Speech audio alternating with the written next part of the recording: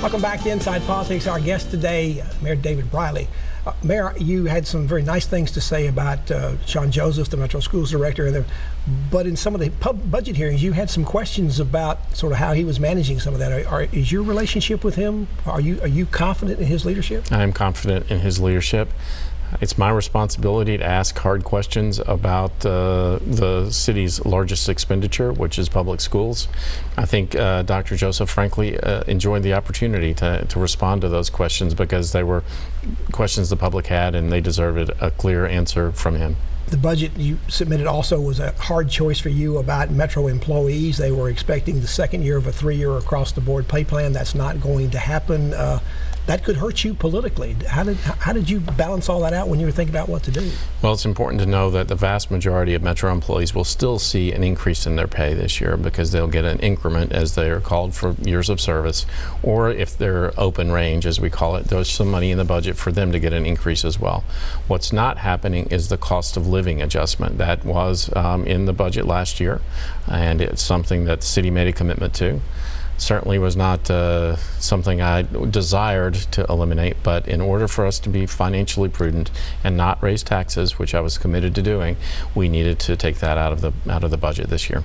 While I watched your speech, there were comments online of people saying, well, he was ready to raise taxes for transit, but not for our hardworking Metro police and firemen. You've got some fence mending to do about that, or at least changing people's attitudes about how they're looking at that. Well, I was willing to vote along with the rest of the community to create a dedicated source of revenue for transit. I was. But I'm not willing this year to raise the property tax on people because I don't think that's the right thing to do this year. Another issue that has been a great concern to the African American community is the future of General Hospital. They've been asking for additional funds the last couple of years. It was not you giving them additional money this year, $11 million, but you didn't mention that at all in the speech today, and I was a little surprised not to hear any mention of it. I think people know where I stand on that. We tried to make this speech something other than a laundry list this year. I wanted to talk about the people of Nashville, and it went long as it was for me.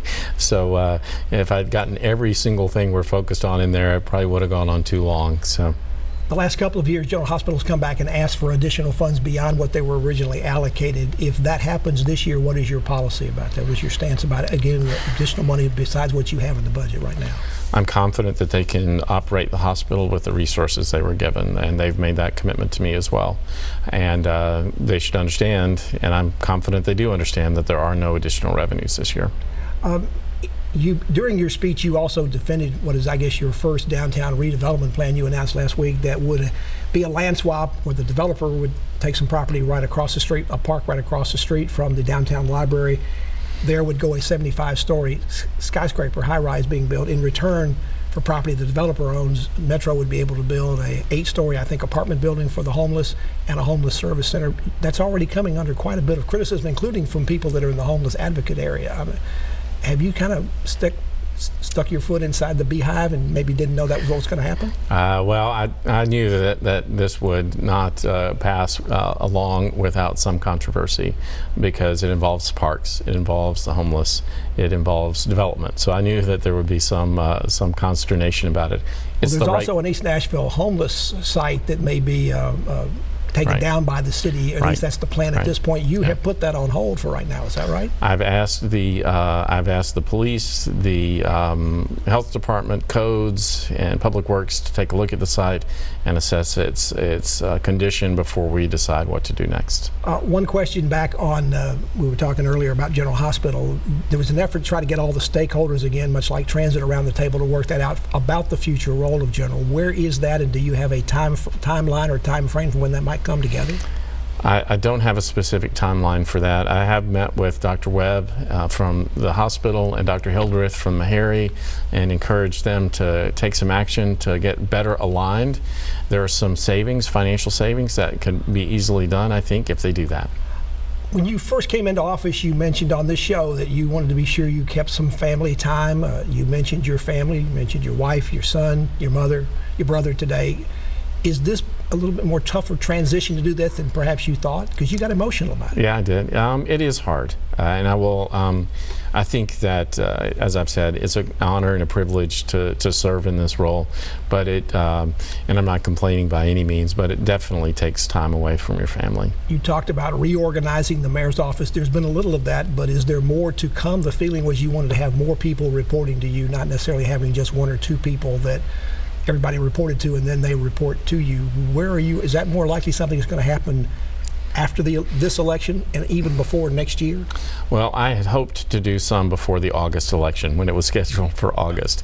When it got to move to May, it sort of shortened my runway on virtually everything. So I expect in May, June, and July you'll see some changes.